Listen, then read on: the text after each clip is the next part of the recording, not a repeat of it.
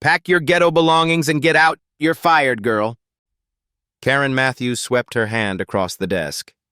Family photos crashed to the floor of St. Catherine's ICU nurses' station. Amara Johnson watched her daughter's medical school graduation photo slide under Karen's designer heel. Glass cracked. "Security's coming," Karen announced loudly. 12 staff members turned to stare. 3 patient families looked up from the waiting area. Someone started recording. Amara knelt, gathering scattered items, a coffee mug, prescription glasses, car keys with a platinum credit card attached. Her navy scrubs wrinkled from 16 hours on shift. Natural hair pulled back simply. She stood slowly, brushing glass fragments from the photo frame. No one would guess she'd spent this morning reviewing quarterly revenue reports. Have you ever been so publicly humiliated that everyone assumed you were powerless, but you held the ultimate trump card? 20 minutes earlier, Amara had arrived for her 3 p.m. shift. As always, 15 minutes early. She'd been reviewing patient charts when Karen approached with purposeful strides. "I don't care about your so-called experience," Karen declared, arms crossed. Her voice projected across the unit. "This is a prestigious hospital, not some community clinic. Patients complain about your urban attitude." Maria Gonzalez, a charge nurse, glanced up from her computer. She pulled out her phone discreetly, opening Instagram Live. The notification appeared. "Y'all need to see this racism happening at St. Catherine's Hospital right now." 2 viewers joined immediately, then 7, then 23. Dr. Patterson, reviewing labs nearby, shifted uncomfortably but stayed silent. In the waiting area, Mrs. Carter looked up from her magazine, frowning. Her grandson started recording on his phone. "Security will escort you out in 10 minutes, Karen announced, checking her Apple Watch. "Don't make this harder than it needs to be." Amara remained calm, pulling out a leather notebook with gold initials. AJ. She began writing methodically.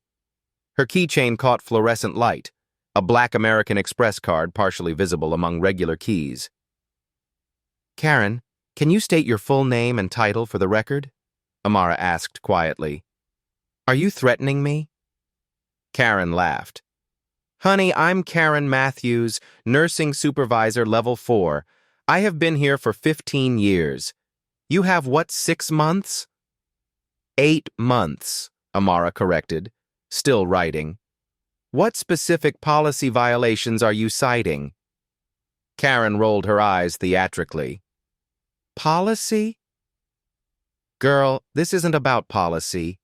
This is about fit, cultural fit. You people always make everything about rules and lawyers." Maria's live stream viewer count climbed, 47, 89, 156.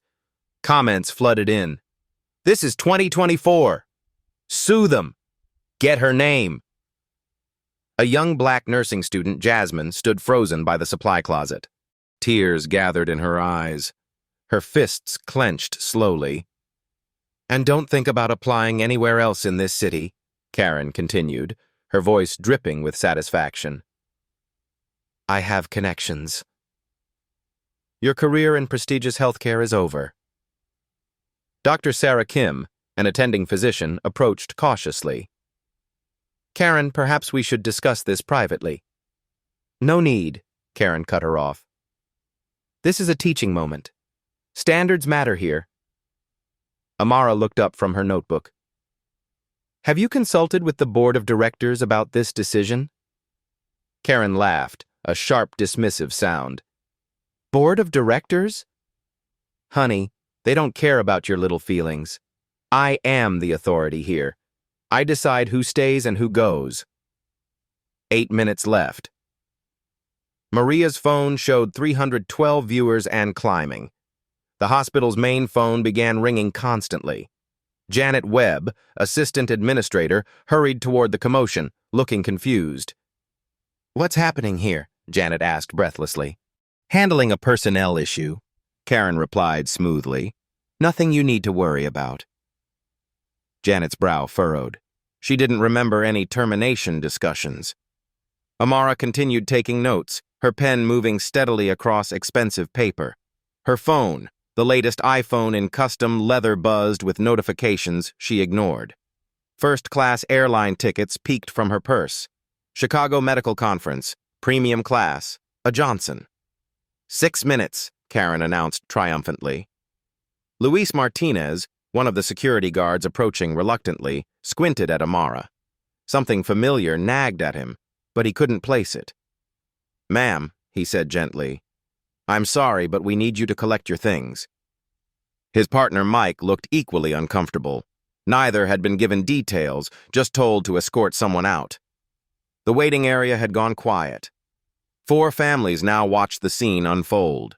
Phones recorded from multiple angles. Mrs. Carter whispered to her grandson in Mandarin, shaking her head disapprovingly. Dr. Patterson finally spoke. "Karen, maybe we should wait for HR." "HR works for me," Karen snapped. "They'll rubber stamp whatever I decide." Amara stood slowly, notebook still in hand. She walked to her locker, entering the combination with steady fingers. Inside, a Harvard Medical School diploma in a protective sleeve, business cards, and what appeared to be legal documents. She slipped the diploma into her purse alongside the airline tickets. 4 minutes, Karen called out, addressing her audience more than Amara. "Let this be a lesson. Standards matter here. This is what happens when affirmative action places people where they don't belong." The words hung in the air like poison. Maria's live stream exploded. 1,247 viewers. Number sign St. Catherine's racism began trending locally. The hospital's social media notifications went wild. Jasmine, the nursing student, found her voice. "This isn't right." "Excuse me?" Karen whirled around. "I said this isn't right." She's one of the best nurses here. Everyone knows that. "Well, everyone doesn't make hiring decisions," Karen retorted. "And neither do students. Remember that when you apply for jobs. 2 minutes left." Amara closed her locker quietly. She turned to face the crowd staff, patients' families, security guards, all watching. Some with phones, others with troubled expressions. Karen checked her watch again, savoring the moment. "Time's almost up. Security, please escort her out, now." All eyes turned to Amara. The room held its breath, waiting for tears, for pleading, for the breakdown they expected. Instead, Amara smiled slightly and walked toward the main corridor. But she didn't head for the exit. She walked to the hospital's information board. "Where are you going?" Karen demanded, her voice sharp with irritation. "The exit is the other way." Amara didn't respond. She approached the locked display case marked Hospital Administration and reached into her keychain. Among the regular keys was a small, distinctive one that glinted under the hallway lights. "Hey!" Karen started after her. "You can't just—" The key slid smoothly into the lock. The case opened with a soft click. Maria's live stream count hit 1,847. Comments poured in faster than she could read. "What's she doing? Is that legal? She has a key?" Dr. Kim stepped closer, confusion evident on her face. Janet Webb pulled out her phone, frantically scrolling through emails and memos. Had she missed something? Luis, the security guard, felt that nagging recognition intensified. Where had he seen this woman before? Not here at the hospital, somewhere important, somewhere that mattered. Amara opened the administration folder inside the case. Her movements were deliberate, unhurried. She removed a professional headshot from her purse, not a hospital ID photo, but something that belonged in corporate boardrooms. "Stop her!" Karen hissed to security. "She's vandalizing hospital property." But Luis held up his hand. Something was very wrong here. Or very right. He couldn't tell which. The viewer count on Maria's stream reached 2,100. Local hashtags started forming. Hashtag what is happening. Hashtag St. Catherine's Hospital. Hashtag plot twist. Amara placed her photograph at the top of the Board of Directors section. Beneath it, she added a small placard that had been hidden in her notebook. Dr. Amara Johnson, MD, MBA, Chairman of the Board and Primary Shareholder. The hallway went dead silent. Karen's face was drained of color. That can't be real. But Amara wasn't finished. She pulled out her business card's elegant, expensive card stock and placed one in the information slot. Johnson Medical Holdings, Healthcare Investment and Reform, 67% ownership of St. Catherine's healthcare system. Dr. Patterson's chart clattered to the floor. Janet Webb's phone slipped from her trembling fingers. Luis whispered to his partner, Mike, "Oh my God." "That's Dr. Johnson. My daughter has her picture in our wallet. She donated money to the school district." The live stream viewer count exploded past 3,000. Comments became a waterfall of shock and celebration. Karen stood frozen, mouth slightly open, watching her entire world reshape itself in real time. The silence stretched like a held breath. 15 seconds. 20. Karen's voice came out as a croak. That's not possible. You're just a nurse. You can't be... Amara turned slowly, her expression unchanged. "Actually, Karen, I'm a Harvard-trained physician and this hospital's majority owner. I've been working here to understand our workplace culture firsthand." The words hit like a physical blow. Karen stumbled backward, her designer heel catching on the linoleum. Maria's live stream exploded past 5,000 viewers. Comments became a blur. "She owns the hospital." "Plot twist. Karen is done." Dr. Patterson approached cautiously, his face pale. "Dr. Johnson? Dr. Johnson who published the Medicare reform papers?" "That's correct." Amara's voice remained steady. Janet Webb finally found her voice. But your employee file says exactly what I wanted it to say." Amara pulled out her real business card.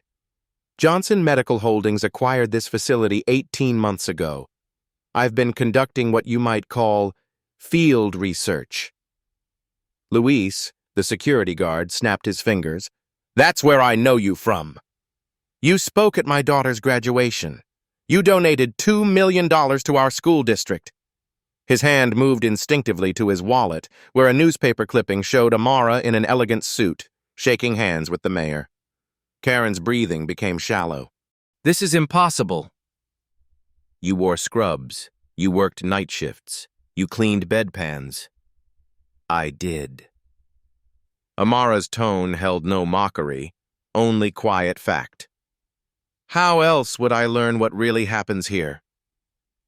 The crowd around them grew. Nurses, technicians, doctors drawn by the commotion and Maria's viral live stream. Someone had called the local news. Channel 7's van was pulling into the parking lot. Dr. Sarah Kim stepped forward hesitantly. "Dr. Johnson, I had no idea. Your work on healthcare equity, it's required reading in our residency program." "Thank you." Amara's acknowledgement was gracious but brief. Her attention returned to Karen, who stood frozen like a deer in headlights. "This has to be some kind of joke," Karen whispered, but her voice lacked conviction. Amara pulled out her phone, that expensive iPhone in custom leather. She speed-dialed a number. "Patricia?"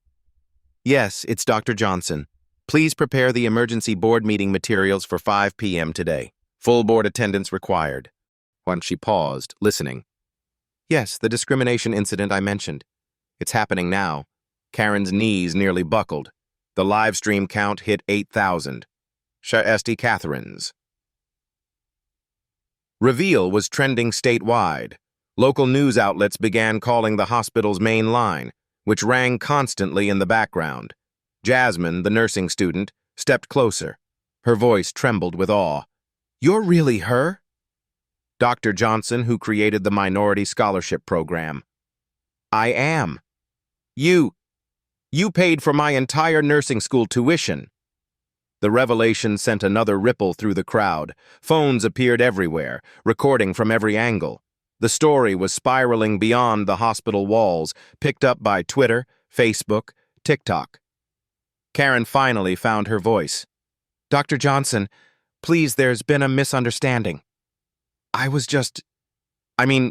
thought, surely you can understand my position." "Your position?" Amara's eyebrow raised slightly.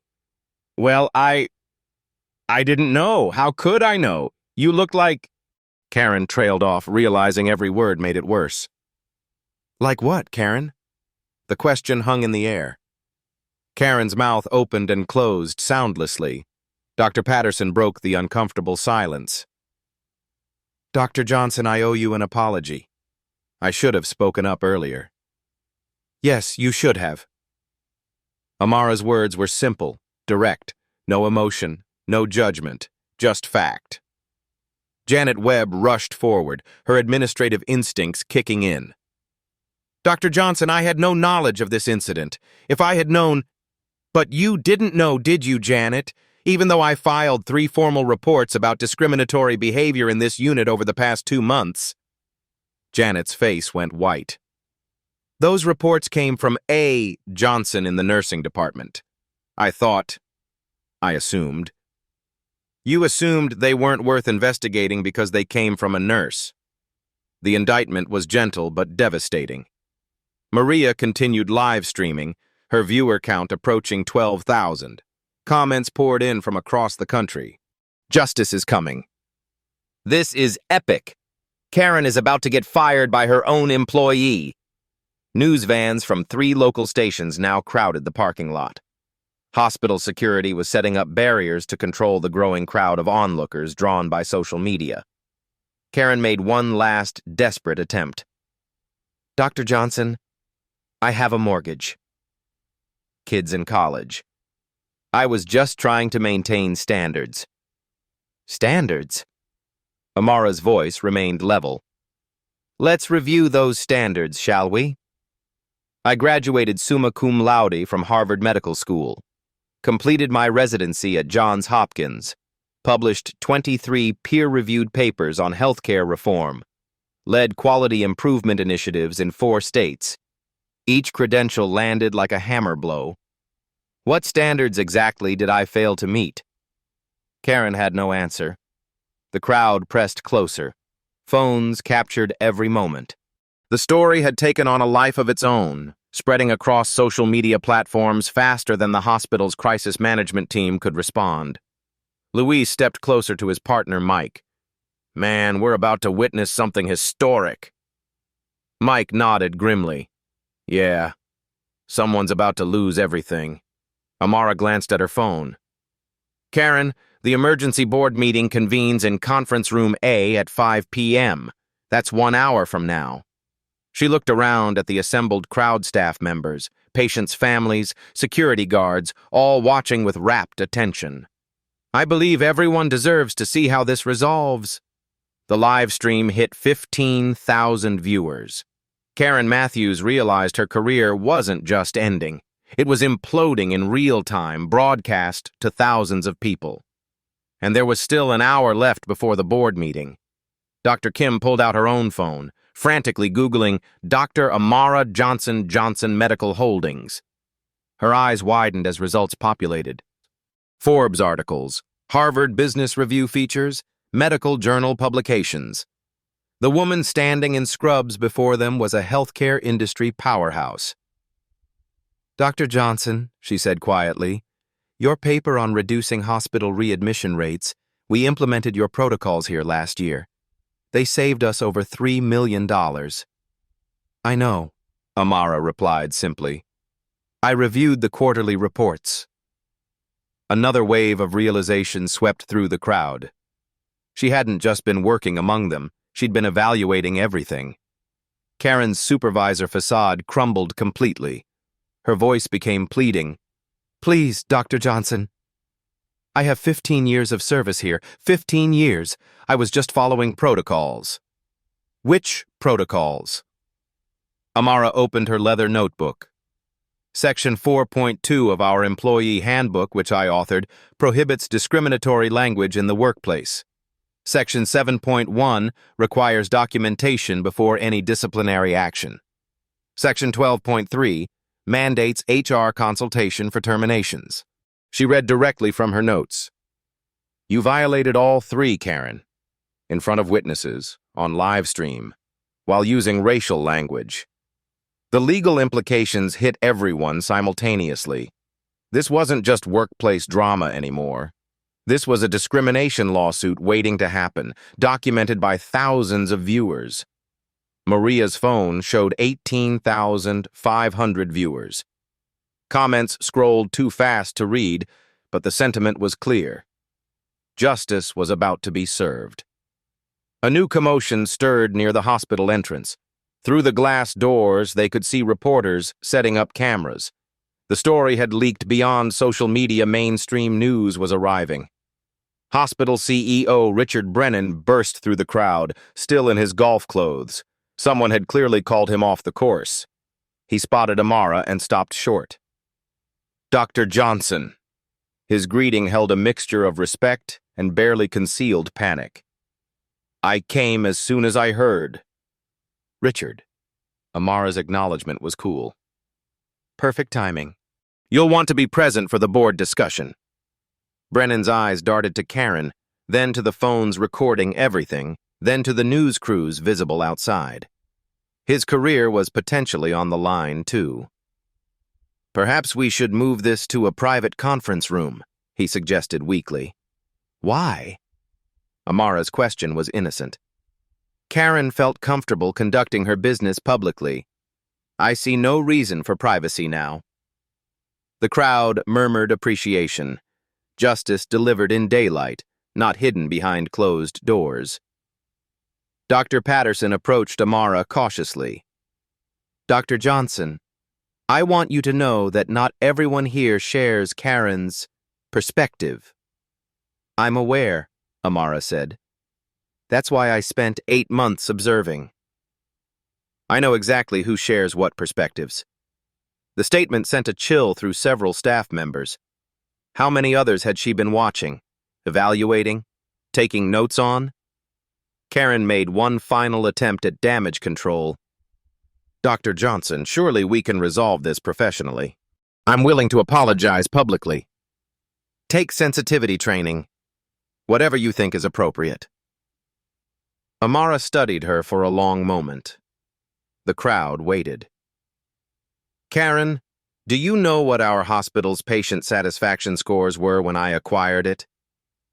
The sudden topic change caught everyone off guard. No. 67%. Industry bottom quartile. Do you know what they are now? Karen shook her head. 91%. Top 5% nationally. Do you know the single biggest factor in that improvement? Silence. Staff diversity and cultural competency. The very things you just told 15,000 live stream viewers don't matter in prestigious healthcare. The business case was devastating. Karen hadn't just been discriminatory, she'd been actively working against the hospital's success. News crews were now setting up just outside the main entrance. The story had officially gone viral. #hospital owner reveal was trending nationally. Amara checked her watch. 57 minutes until the board meeting. Karen, I suggest you use that time wisely. The next 50 minutes passed like a slow-motion disaster for Karen. News crews interviewed hospital staff in the parking lot. Maria's live stream had been picked up by major news outlets.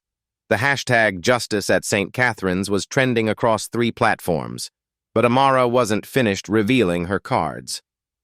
At 4:55 p.m., she walked calmly to Conference Room A. The boardroom's glass walls had been covered for privacy, but the main corridor buzzed with anticipation. Staff members lingered, finding excuses to work nearby. Karen sat in the hallway on a bench, her designer blazer wrinkled, makeup smudged. She'd spent the hour making frantic phone calls to attorneys, friends, anyone who might help. None had. CEO Brennan emerged from his office, straightening his hastily changed suit. He'd been on emergency calls with the hospital's board members, legal team, and PR firm, R. The damage was spreading faster than they could contain it. Dr. Johnson, he approached tentatively. The board is assembled. All 7 members are present, either in person or via video conference. Excellent. Amara held a thick folder now documents that hadn't been in her nurse's locker. The conference room door opened. Through the brief gap, Karen glimpsed a mahogany table surrounded by well-dressed individuals she recognized from hospital promotional materials. Board members, people whose decisions shaped her career, people who apparently worked for the woman she'd just tried to fire. Dr. Patricia Williams, chief of internal medicine, was the first to speak when Amara entered. Dr. Johnson, we came as soon as we received your call. I've reviewed the incident documentation you sent. Thank you, Patricia. Amara took her seat at the head of the table, a chair Karen now realized had always been hers. Through the conference room's video screen, 3 board members joined remotely. Dr. Marcus Thompson from Seattle, attorney Sarah Carter from the legal firm, and CFO David Rodriguez from their Chicago office. Before we address today's specific incident, Amara began, opening her folder, I want to review why we implemented our undercover assessment program. She clicked a remote.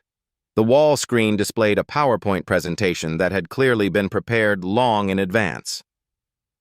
Slide 1. Patient satisfaction scores by demographic. Notice the significant disparity in satisfaction ratings between white patients and patients of color. 18 percentage points lower for Black patients, 14 points lower for Hispanic patients. Board members leaned forward, studying the data. Slide 2. Staff turnover rates. We lose 34% of minority nursing staff within their first year. Exit interviews consistently cite cultural issues and lack of advancement opportunities. Dr. Thompson spoke from Seattle. Dr. Johnson, are you suggesting systematic discrimination? I'm not suggesting it, Marcus. I'm documenting it. The next slide showed an organizational chart. Slide 3. Leadership demographics. Of 15 department supervisor positions, 14 are held by white employees. Of those 14, 9 have documented complaints regarding discriminatory behavior. Karen's name appeared highlighted in red. Karen Matthews, 7 formal complaints filed over 2 years. 3 by Black employees, 2 by Hispanic employees, 2 by Asian employees. All complaints were dismissed by her immediate supervisor as personality conflicts. The room fell silent except for the hum of air conditioning. Her immediate supervisor? Dr. Carter asked from the video screen. Assistant Administrator Janet Webb, who admittedly never investigated the reports because they came from nursing staff. The legal implications were staggering. Systematic discrimination, pattern of behavior, documented complaints ignored by administration. CFO Rodriguez pulled up numbers on his tablet. Dr. Johnson, what's our potential exposure here? Conservatively, 8 to 12 million in discrimination settlements. More problematically, we risk losing our Joint Commission accreditation if this pattern continues. The room's atmosphere shifted. This wasn't just about Karen anymore. This was about the hospital's survival. Which brings me to today's incident. Amara clicked to the next slide. Recorded live stream viewed by over 40,000 people. Racial language used publicly. Termination attempted without cause, documentation, or HR consultation. She paused, letting the weight settle. Karen Matthews called me ghetto on camera. She claimed I was placed here through affirmative action. She boasted about having connections to destroy my healthcare career. All of this was broadcast live and is now preserved permanently online. Board member Dr. Jennifer Walsh, attending in person, spoke carefully. Dr. Johnson, what outcome are you seeking? This was the moment everyone had been waiting for. Karen, watching from the hallway, held her breath. I want systematic change, Amara said simply. This incident is a symptom, not the disease. She clicked to her final slide. The Johnson Equity Protocol. Mandatory bias training for all supervisory staff. Anonymous reporting system accessible via mobile app. Diversity requirements for all leadership positions. External auditing of hiring and promotion practices. The board members exchanged glances. These weren't punitive measures, they were comprehensive reforms. And regarding Karen Matthews specifically? Dr. Williams asked. Amara paused, considering. Through the glass, she could see Karen waiting in the hallway, surrounded by the wreckage of her career. That depends on Karen herself. The conference room door opened. Amara gestured for Karen to enter. Karen walked in on unsteady legs, her world having completely collapsed in the span of 2 hours. Sit down, Karen. Karen took the chair at the far end of the table as far from Amara as possible. You have 2 choices, Amara said, her voice calm but carrying absolute authority. Option 1, immediate resignation with a neutral reference and standard severance package. You publicly apologize for your conduct and commit to completing a comprehensive diversity training program at your own expense. Karen nodded frantically. Yes, absolutely. I'll do whatever. I'm not finished. Amara's interruption was gentle but firm. Option 2, termination for cause. Your actions will be documented in your permanent employment record. The discrimination lawsuit that this incident will inevitably generate will name you personally as a defendant. The choice wasn't really a choice at all. Furthermore, Amara continued, your conduct has exposed this institution to significant legal and financial risk. Our insurance carriers will be notified. Your professional references will accurately reflect today's events. Karen's face was white. Her 15 years of healthcare management experience would be worthless if she couldn't get references. However, Amara said, and Karen looked up with desperate hope, if you choose option 1 and genuinely commit to change, if you complete the training, issue a sincere public apology, and demonstrate real growth, your reference will reflect your years of service here, not just today's incident. It was more mercy than Karen deserved, and everyone in the room knew it. Dr. Johnson, Karen's voice was barely a whisper. I chose option 1. I'm sorry. I'm so very sorry. But Amara held up one finger. There was still more. There's something else you should know, Karen. The room held its breath. The reason I could afford to buy this hospital? The reason Johnson Medical Holdings has $47 million in healthcare investments? Karen waited, dreading whatever was coming next. I developed and sold 3 medical software companies before I turned 35. Companies that revolutionized patient care management. Companies whose software this very hospital uses every day. The final twist hit like a physical blow. Not only was Karen's victim the owner of the hospital, she was one of the most successful healthcare entrepreneurs in the country. Your ghetto colleague, Karen, has generated more value for American healthcare than most people could in 10 lifetimes. Karen buried her face in her hands and began to cry. The boardroom fell silent except for Karen's quiet sobbing. Even the remote participants seemed uncomfortable, their video windows showing awkward expressions. Dr. Williams was the first to speak. Dr. Johnson, your software suite Metaflow Pro we implemented it system-wide last year. It reduced our documentation time by 40%. I'm aware. Amara's tone remained neutral. I've been reviewing implementation reports during my time here. User adoption has been excellent, though I noticed some staff resistance in certain departments. She didn't need to specify which departments. Everyone understood. CFO Rodriguez leaned forward. Dr. Johnson, for context, your software companies generated how much revenue before acquisition? Patient Core sold to IBM for $87 million. Mediflow was acquired by Epic Systems for $123 million. CareSync went public and is currently valued at $400 million. The numbers hung in the air like indictments. Karen had dismissed a woman whose innovations touched millions of patients daily. Board member Dr. Walsh cleared her throat. Karen, did you research Dr. Johnson's background before today's incident? Karen looked up, mascara streaking her cheeks. No. She worked nights. She wore scrubs. I thought she was just another nurse. Just another nurse, Dr. Thompson repeated from Seattle, his voice carrying judgment. I didn't mean... Karen started, then stopped. Every word made it worse. Amara consulted her notes. Karen, you also mentioned having connections that would end my healthcare career.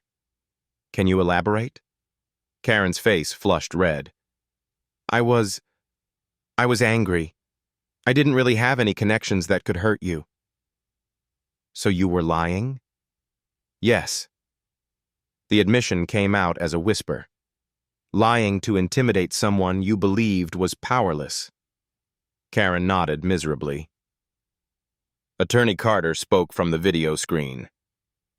Dr. Johnson, from a legal perspective, we're looking at clear-cut discrimination, intimidation, and abuse of authority. Ms. Matthews is fortunate you're offering option 1. I understand the legal ramifications, Sarah. Amara turned back to Karen. But I'm more interested in preventing future incidents than punishing past ones. She clicked to a new slide. Karen, your department has the worst minority retention rate in the hospital. 78% of non-white staff request transfers within 6 months. Did you ever wonder why? Karen shook her head. Because of the environment you created. The subtle comments, the different standards, the assumption that diversity equals lowered quality. The data was devastating, presented without emotion, but with surgical precision. Dr. Williams added, Karen, 3 excellent nurses requested transfers from your unit just last month. All cited cultural issues. I was trying to maintain standards, Karen said weakly. Whose standards? Amara asked. The standards that led to our previous 67% patient satisfaction rate? The standards that created a toxic work environment? The standards that violated federal anti-discrimination law?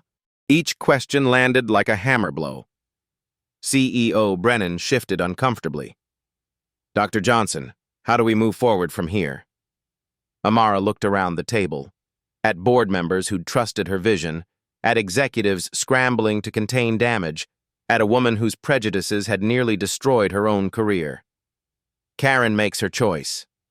Now, on the record, in front of witnesses. The ultimatum was delivered without theatrics, but its finality was absolute. Karen looked around the room at faces ranging from sympathetic to disgusted to professionally neutral. Her 15 years of healthcare management had led to this moment, begging for mercy from the woman she'd tried to humiliate.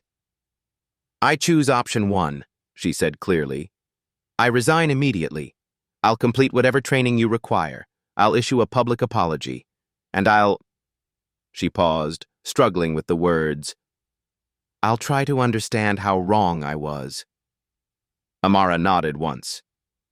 Dr. Williams will coordinate your resignation paperwork.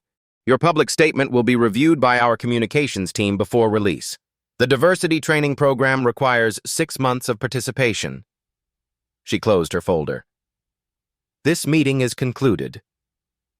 As board members began filing out, Amara addressed Karen one final time. Karen, you have a chance to grow from this. Don't waste it. Karen nodded, unable to speak.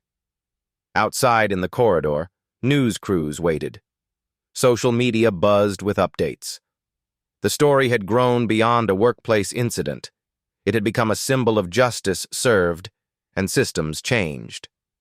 But for Amara, the real work was just beginning. Karen's resignation was just the beginning. By 6 p.m., #HospitalOwnerReveal had generated over 2.3 million views. Major news outlets called for interviews. The hospital's reputation hung in the balance, but Amara had been preparing for this moment. Schedule an all-hands meeting for tomorrow morning, she told Dr. Williams. 7 a.m., everyone attends. Everyone? Doctors, nurses, technicians, administrative staff, security, everyone. The next morning, St. Catherine's auditorium filled beyond capacity. Staff lined the walls when seats ran out. News cameras positioned discreetly in the back. Amara took the stage wearing professional attire instead of scrubs. The transformation was striking. Gone was the humble night shift nurse, replaced by the confident healthcare executive she'd always been. Good morning. I'm Dr. Amara Johnson, chairman of the board and primary shareholder. For 8 months, I've worked among you to understand our workplace culture firsthand. The auditorium buzzed with whispers. What I discovered concerns me deeply. We have systemic problems beyond any single individual. Yesterday's incident was a symptom, not the cause. She clicked to her first slide. Patient satisfaction by staff demographics. Departments with diverse leadership outperform homogeneous departments by 23 percentage points. Murmurs rippled through the audience. Slide 2. Financial impact. Our minority-led units generate 18% higher profit margins due to improved efficiency and reduced turnover. CFO Rodriguez nodded from the front row. The business case for diversity isn't just morally correct, it's financially essential. Discrimination costs us money. Next slide, the Johnson Equity Protocol, effective today. First, zero-tolerance discrimination policy. Any supervisor using discriminatory language faces immediate suspension. She paused, letting that settle. Second, all supervisory staff complete 40 hours of mandatory bias training within 60 days. Comprehensive education on unconscious bias and inclusive leadership. Some managers looked uncomfortable. Third, anonymous reporting system. We launched the Equity Watch mobile app next week. Reports go directly to my office with guaranteed 24-hour response. Janet Webb, who'd ignored previous discrimination reports, visibly paled. Fourth, leadership diversity requirements. Within 6 months, all departments must have management reflecting our patient demographics. Dr. Kim raised her hand. How will you measure success? Monthly diversity audits with public reporting. Quarterly patient satisfaction surveys by demographics. Annual culture assessments by external firms. The precision was intentional. Vague commitments meant no change. Fifth, financial investment. We're allocating $500,000 annually for diversity initiatives, including scholarships and mentorship programs. Maria, who'd live-streamed the incident, looked amazed. Some wonder if this is retaliation for yesterday's events. It's not. Amara showed documentation with dates. These reforms have been in development for 6 months. Yesterday provided the catalyst for immediate implementation. I worked undercover because executive assessments produce sanitized results. People behave differently around authority. I needed unfiltered truth. Dr. Thompson spoke from the video screen. What about staff who resist changes? Change is mandatory. Adaptation is optional. Staff who can't embrace inclusive practices will find opportunities elsewhere. Jasmine, the nursing student, raised her hand. Will this affect patient care quality? Diverse teams make fewer medical errors. They catch mistakes homogeneous groups miss. These changes enhance quality, not diminish it. She showed research. Studies from Johns Hopkins, Mayo Clinic, and Harvard Medical show correlation between staff diversity and patient safety. Implementation starts Monday. Equity Watch launches Tuesday. Training schedules distributed Wednesday. Diversity audits begin Thursday. The rapid timeline prevented resistance from organizing. Dr. Williams stood. What support will management receive? Each department head gets a dedicated diversity consultant for 90 days. We're partnering with Harvard Business School's Inclusion Institute. Luis, the security guard, spoke up. What about hourly workers? Everyone gets training. Cultural competency isn't just for management. Final point, accountability. I'll conduct monthly unannounced walkabouts to observe our culture. The undercover assessment wasn't one time, it's ongoing. The message was clear. Oversight would be constant.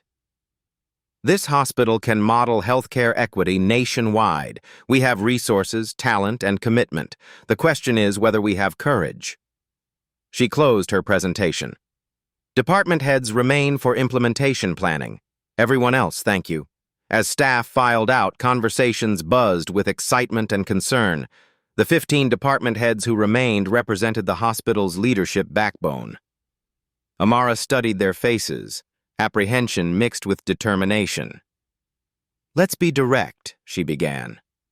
"Some of you supported discriminatory practices through silence. Others actively participated. A few tried to intervene but lacked authority. The room was uncomfortable, but honesty was necessary. Dr. Kim spoke first. "I should have said something during Karen's incident. I was concerned about overstepping. Boundaries that allowed discrimination to flourish," Amara replied without malice. "That changes now. Every leader has authority to intervene." She distributed thick folders. "Your implementation packages contain department-specific action plans. Review them tonight." Janet Webb raised her hand. "How do we handle staff claiming changes are too fast?" "Change is uncomfortable, but maintaining the status quo was devastating our culture and costing millions in turnover.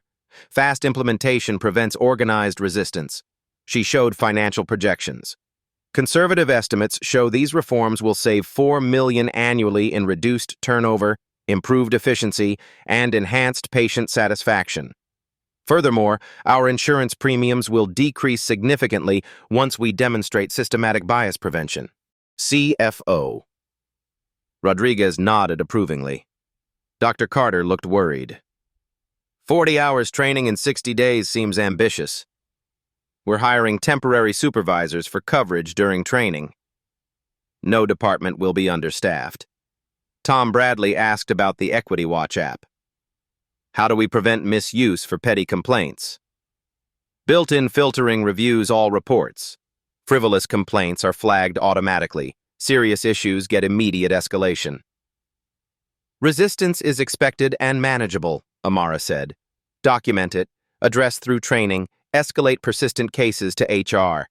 We're changing culture, not personalities. She leaned forward. I spent 8 months watching dedicated professionals tolerate intolerable behavior because they felt powerless. That ends now. Dr. Williams asked, what if these reforms don't work? Amara smiled slightly. Failure isn't an option.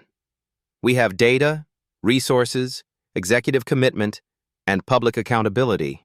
The meeting concluded with clear assignments and expectations. As managers filed out, Amara remained behind, reviewing notes. The transformation she'd envisioned was beginning. Her phone buzzed with updates. The viral video had evolved beyond discrimination. It was becoming a case study in corporate accountability. 3 other hospital systems had called requesting consultation. Universities were incorporating the incident into healthcare management curricula. But Amara knew the real test lay ahead. Announcing reforms was straightforward. Sustaining them required vigilance and unwavering commitment. She thought about Karen, who'd submitted her resignation that morning. The woman's career had imploded in 48 hours, but she'd been given redemption through training. Dr. Williams returned. Staff reactions are mostly positive. Some are concerned about speed, but overall enthusiasm is high. Expected, Amara replied. Enthusiasm is easy. Consistency is harder. We'll see true commitment when cameras leave and novelty wears off. The board wants a progress report in 30 days. They'll have detailed metrics. Numbers don't lie about cultural change. Patricia asked, why did you choose nursing for undercover work? Amara considered. Nurses are the hospital's backbone. They interact with every department, every hierarchy level, every patient type. If you want to understand healthcare culture, you study nursing culture. And Karen? Karen was inevitable. Systems that tolerate discrimination always produce Karens. Our job isn't preventing individual bias, It's creating structures that make discriminatory behavior impossible to sustain. CNN called requesting an interview. Amara declined. Not yet. Let reforms prove themselves first. Success speaks louder than interviews. Tomorrow would bring implementation challenges and resistance. But for the first time in 8 months, she felt optimistic about St. Catherine's future. The viral humiliation had become the catalyst for industry-leading reform. 3 months later, the changes at St. Catherine's Hospital were undeniable. Karen Matthews had completed her diversity training program in Chicago and issued a public apology that garnered 1.2 million views. Her statement was genuine, vulnerable, and transformative, not just for her, but for viewers who recognized their own biases in her words. "I thought I was maintaining standards," she said directly to the camera. "Instead, I was maintaining barriers." Dr. Johnson taught me the difference between excellence and exclusion.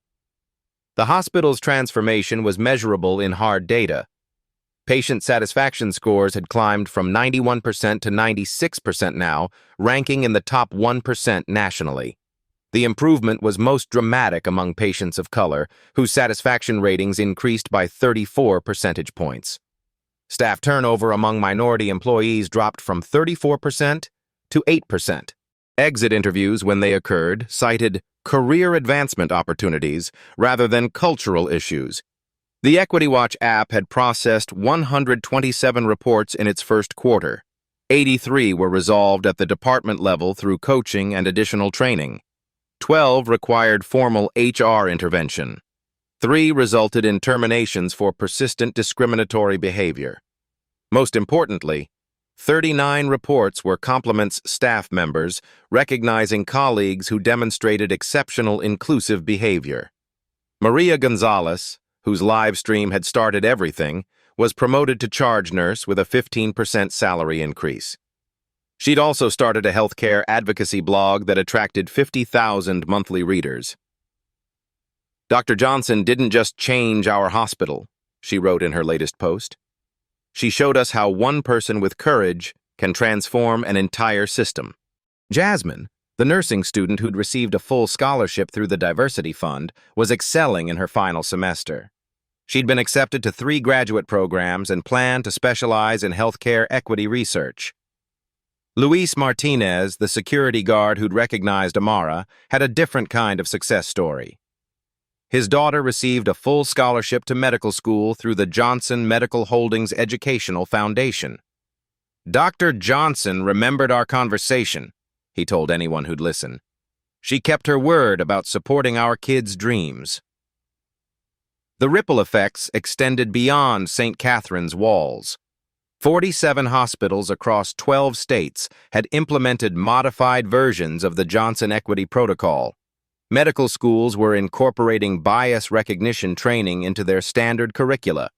Healthcare management programs used the St. Catherine's case study as required coursework. Dr. Amara Johnson had been invited to speak at the National Healthcare Leadership Conference, where her presentation on undercover leadership assessment received a standing ovation. But the real validation came from unexpected sources. Dr. Patterson, the physician who'd remained silent during Karen's discriminatory tirade, approached Amara after a staff meeting 6 weeks into the reforms. "Dr. Johnson, I owe you an apology and a thank you." "Explain." "I was raised to avoid confrontation, especially about race. I told myself that staying quiet was professional neutrality. Your reforms forced me to examine that cowardice." He paused, gathering courage to continue. "Last week, I witnessed Dr. Carter making inappropriate comments about a black resident's competence. Instead of staying silent, I intervened immediately and reported it through Equity Watch." "How did that feel?" "Terrifying at first, then empowering. I realized that silence wasn't neutral, it was complicit." Dr. Carter had been required to complete additional bias training and was now one of the program's strongest advocates, crediting the intervention with preventing a career-damaging pattern of behavior. The hospital's financial performance reflected the cultural transformation. Revenue increased 12% as word-of-mouth referrals grew, particularly within communities of color who'd previously avoided St. Catherine's due to reputation concerns. Malpractice insurance premiums decreased 8% due to improved patient communication and reduced errors. The Joint Commission, healthcare's primary accrediting body, cited St. Catherine's as a model institution for inclusive care delivery during their annual review. Most significantly, employee engagement scores reached record highs. The annual staff survey showed 94% of employees felt respected and valued at work, compared to 67% the previous year.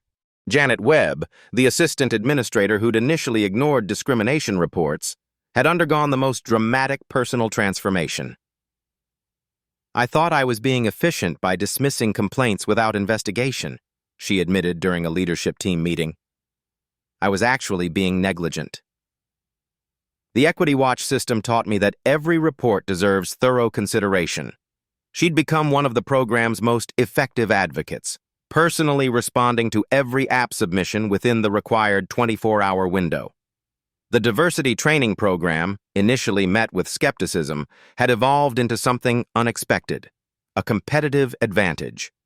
Departments competed to achieve the highest scores on monthly culture assessments. Managers requested additional training modules to improve their team's performance. The program waiting list extended 3 months. "It's like we discovered a secret weapon," explained Tom Bradley, facilities manager. "Inclusive leadership makes everything work better: efficiency, communication, problem-solving, innovation." His department, once notorious for high turnover, hadn't lost a single employee in 4 months. The monthly diversity audits revealed consistent progress across all metrics. Representation in leadership roles had improved from 14% to 31% minority participation. Promotion rates showed no significant demographic disparities. Pay equity analysis revealed and corrected previously hidden salary gaps. But Amara knew the most important changes were often invisible. During her unannounced walkabouts, she observed subtle shifts in behavior: more diverse lunch groups, cross-cultural mentoring relationships, patients of color expressing comfort and trust with staff. The emergency department, previously criticized for cultural insensitivity, now received commendations for culturally competent care. The difference wasn't just training, it was fundamental respect. Dr. Sarah Kim had been promoted to chief of staff, becoming the first Asian American woman to hold the position.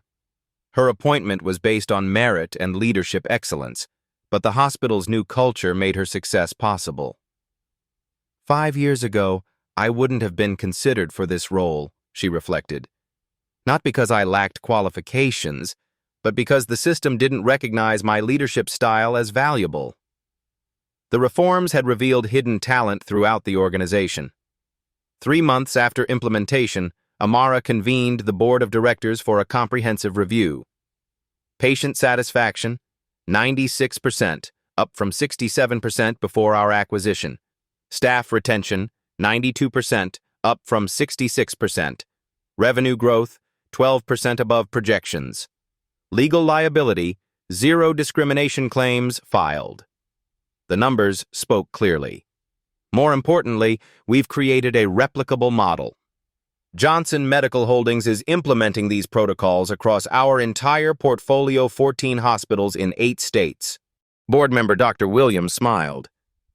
"Amara, what's next?" "Phase 2. We're launching the Johnson Institute for Healthcare Equity, a research and training center that will serve the entire industry." The vision was ambitious but achievable. St. Catherine's success had proven that systematic change was possible when leadership committed resources and attention to equity. The incident that started this transformation was painful, Amara concluded. But pain often precedes growth. We've proven that discrimination isn't just morally wrong, it's operationally inefficient and financially costly. As the meeting concluded, she reflected on the journey from humiliation to transformation. Karen's discriminatory behavior had been a catalyst, not a cause. The real problem had been systemic tolerance for bias, which created environments where discrimination could flourish. Changing systems required more than good intentions. It demanded data, accountability, resources, and unwavering commitment to justice. St. Catherine's Hospital had become living proof that healthcare equity wasn't just an ideal, it was an achievable, measurable, and profitable reality. 1 year after the incident that changed everything, Dr. Amara Johnson stood before a packed auditorium at Harvard Medical School, delivering the keynote address for their Healthcare Leadership Summit. The video of her humiliation and triumph had been viewed 47 million times across platforms. More importantly, it had sparked a movement. Sometimes the most painful moments create the greatest opportunities for growth, she told the audience of future healthcare leaders. That day in the ICU, I had a choice: seek individual revenge or pursue systematic change. The audience leaned forward, captivated. I chose systems over satisfaction, justice over vengeance, long-term transformation over short-term vindication. St. Catherine's Hospital has become a model for healthcare administrators worldwide. The Johnson Equity Protocol was now implemented in 247 hospitals across 18 countries. Medical schools required courses on bias recognition, but the real impact was measured in individual lives transformed. Karen Matthews had completed her diversity training and now worked as a patient advocate at a community clinic. Her salary was 40% lower than her previous position, but her satisfaction was immeasurably higher. I lost my career, she'd said in a follow-up interview, but I found my purpose. Dr. Johnson gave me a chance to become better instead of bitter. Maria Gonzalez had been accepted to nurse practitioner school on full scholarship. Her healthcare advocacy blog now reached 400,000 monthly readers. Jasmine graduated valedictorian and was pursuing her doctorate in healthcare policy, researching bias prevention in medical education. Luis Martinez's daughter was thriving in her second year of medical school, specializing in emergency medicine with published research on cultural competency. The ripple effects continued expanding. The Johnson Institute for Healthcare Equity had opened with a $50 million endowment, offering research grants and training programs to healthcare organizations worldwide. Healthcare disparities in their network had decreased by 23% in 1 year. Medication errors dropped 31%. Patient satisfaction among minorities increased 45%. Change is not a destination, she continued her Harvard address. It's a daily practice. Every interaction, every hiring decision, every policy review is an opportunity to choose inclusion over exclusion. She paused, looking out at diverse faces representing healthcare's future. The woman who tried to fire me believed she was protecting standards. She wasn't wrong about the importance of standards. She was wrong about what those standards should measure. The audience absorbed the lesson. Excellence isn't threatened by diversity. It's enhanced by it. Innovation doesn't come from comfort. It comes from different perspectives working toward common goals. As her speech concluded, Amara issued her final challenge. You will face moments that test your courage. Moments when staying silent feels safer than speaking up. Moments when maintaining the status quo seem easier than pursuing change. She thought about that day in the ICU when she could have simply walked away quietly. In those moments, remember, you don't need to own a hospital to make a difference. You need courage, conviction, and commitment to justice. The standing ovation lasted 3 minutes, but for Amara, the real applause came from daily emails healthcare workers who'd found courage to report bias, patients who felt respected, young professionals who saw leadership that looked like them. The viral video that started as public humiliation had become a masterclass in transformational leadership. Real power isn't about getting revenge, she'd said in countless interviews. It's about changing systems so the next person doesn't face what you did. The Johnson Equity Protocol had prevented hundreds of discrimination incidents. The Equity Watch app had processed over 50,000 reports, creating the largest database of healthcare bias incidents ever compiled. More importantly, it created a culture where bias was recognized and addressed before causing harm. As Amara left Harvard that evening, she reflected on the journey from humiliation to triumph. Karen's words still echoed sometimes. Pack your ghetto belongings and get out. But they no longer carried pain. They carried purpose. Every hospital implementing equity protocols, every medical student learning bias recognition, every patient receiving culturally competent care was proof that systematic change was possible. The video continued circulating, but its message had evolved. It wasn't just about one woman's triumph. It was about what becomes possible when leaders have both power and principle. Your turn to create change. Have you witnessed workplace discrimination? Share your story in the comments below. Every voice matters in building understanding and accountability. What barriers are you breaking in your industry? Tag us and tell your story. Courage is contagious. Ready to learn more about systematic change in healthcare? Subscribe to Black Voices Uncut for stories of professionals transforming industries through intelligence, integrity, and unwavering commitment to justice. 3 things you can do today. Document bias when you see it. Support minority-owned businesses in your field. Demand diversity metrics from your workplace leadership.